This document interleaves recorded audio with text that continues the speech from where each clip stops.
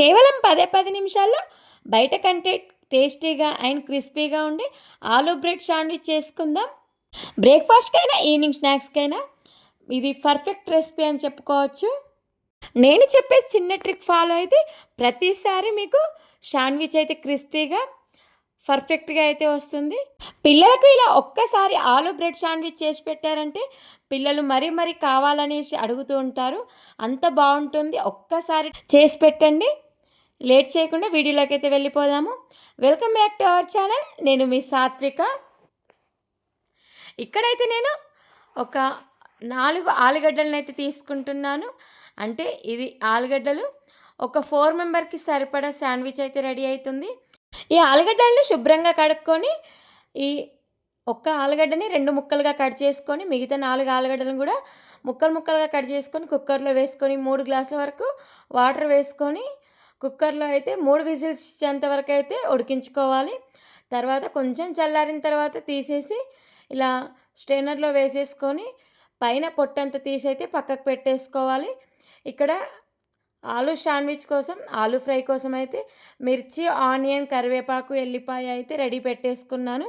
ఉడికించిన ఆలు పైన స్కిన్ తీసేసుకొని ఇలా ఒక ప్లేట్లోకి పెట్టేసుకొని మొత్తం స్మాష్ చేసేసుకోవాలి. ఇలా ఒక గరిటెతో అయితే చేసుకోవచ్చు, లేదు అంటే చేతితో కూడా స్మాష్ చేసేసుకొని పక్కకు పెట్టేసుకోండి.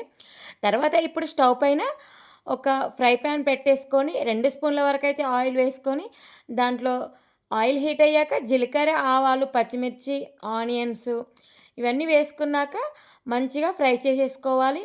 ఆనియన్స్ మంచిగా ఫ్రై చేసేసుకున్నాక దీంట్లోని కొంచెం కరివేపాకు చిన్న చిన్న ముక్కలుగా కట్ చేసేసుకొని వేసుకోవాలి. తర్వాత ఎల్లిపాయ పేస్ట్ కూడా వేసేసుకొని ఇది కూడా కొంచెం సేపు ఫ్రై చేసుకున్న తర్వాత దీంట్లో మంచిగా పసుపు కూడా వేసేసుకోండి. ఒక 1/2 స్పూన్ వరకు పసుపు వేసుకొని కలుపుకున్న తర్వాత మనం ఇందాక రెడీ చేసి పెట్టుకున్న ఆలూ స్మాష్ కూడా వేసేసుకోవాలి.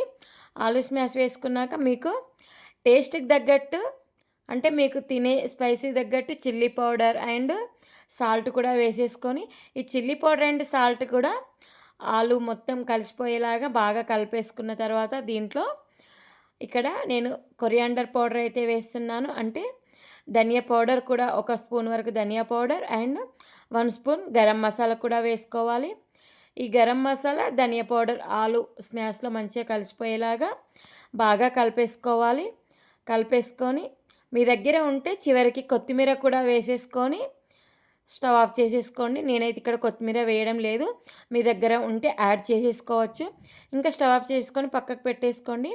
ఇక్కడ నేనైతే నార్మల్ బ్రెడ్తోనే చూపిస్తున్నాను. మీ దగ్గర శాండ్విచ్ బ్రెడ్ అని చెప్పేసి బయట షాపులలో అయితే దొరుకుతుంది. నేనైతే ఇక్కడ మిల్క్ బ్రెడ్తో అయితే చూపిస్తున్నాను. ఇది బేకరీలో తీసుకొచ్చాను. ఇక్కడ నేను 5 సెట్స్ అయితే పెడుతున్నాను.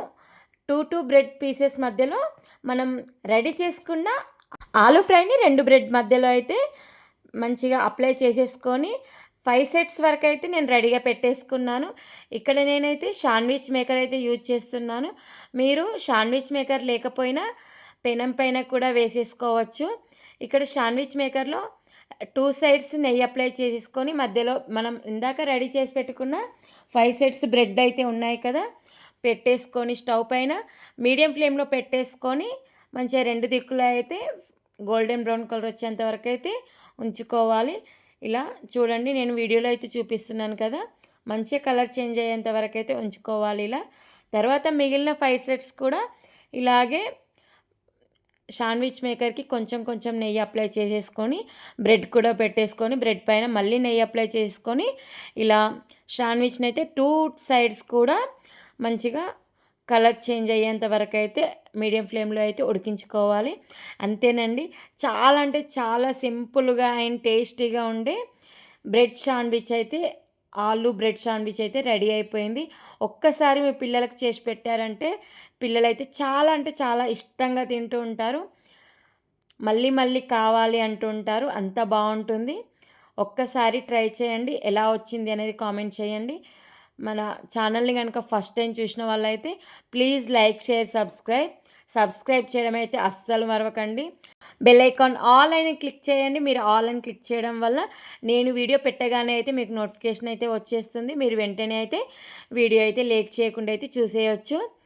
ఇంకా ఒక్కసారి ఈ ఆలు బ్రెడ్ శాండ్విచ్ మీరు ఇంట్లో ప్రిపేర్ చేసుకున్నాక ఎలా వచ్చింది అనేది తప్పకుండా కామెంట్ చేయండి. మరి నెక్స్ట్ వీడియోలో కలుద్దాం. Bye bye.